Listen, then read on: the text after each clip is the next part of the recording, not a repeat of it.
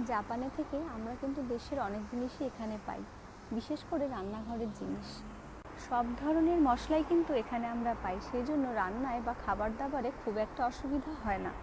আর শুধু ইন্ডিয়া থেকে এখানে জিনিস আসে না, বাংলাদেশ থেকে, মায়ানমার থেকে, বিভিন্ন জায়গা থেকে কিন্তু এখানে বিভিন্ন ধরনের জিনিস আসে।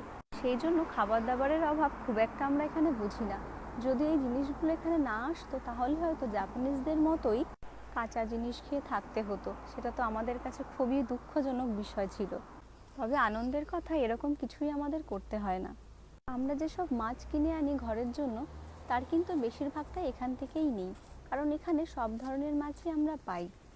মাছগুলো বেশিরভাগই সব বাংলাদেশ, মায়ানমারের মাছ। এই ইউনি শপটি হলো কাওয়াগুচি স্টেশনের একদমই কাছে। এই শপে শুধুমাত্র এই জিনিসগুলোই পাওয়া হয় না, এখানে আরও অনেক ধরনের কাজ কিন্তু করা হয়। দেশে টাকা পাঠানোর হলে আপনাকে